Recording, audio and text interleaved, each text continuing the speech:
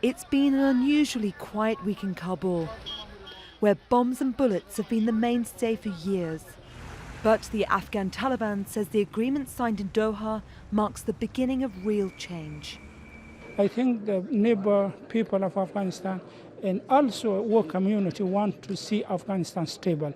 And this today is very important, and this is the first step opening the door to the hope of the people of Afghanistan.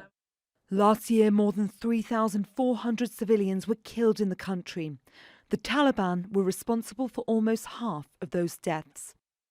Afghan forces and the US were responsible for 43%. In recent years, the Taliban has been responsible for numerous attacks against civilians. In 2014, a teenage suicide bomber sitting in the audience of a play detonated a bomb. It was in a French school that was considered a safe haven for culture in Kabul. The first month of 2018 saw a string of attacks by the group. On the 20th of January, several armed men stormed the Intercontinental Hotel in Kabul and killed 21 people. They'd attacked the same hotel in 2011.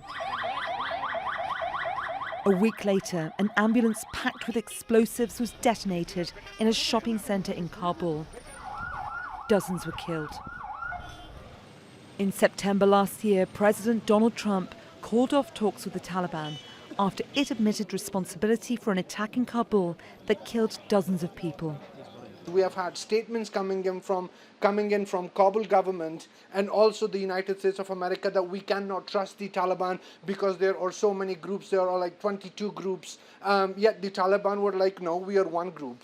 This reduction in violence phase proved that the Taliban indeed is one group. But it's not just the Taliban who have admitted killing civilians. ISIL-linked groups have fought the Taliban and Afghan government forces and also killed scores of people. And last year also saw a record high level of civilian casualties from airstrikes, most of those by international forces, including the US. But the deal signed in Doha still has a long way to go before real peace can be achieved.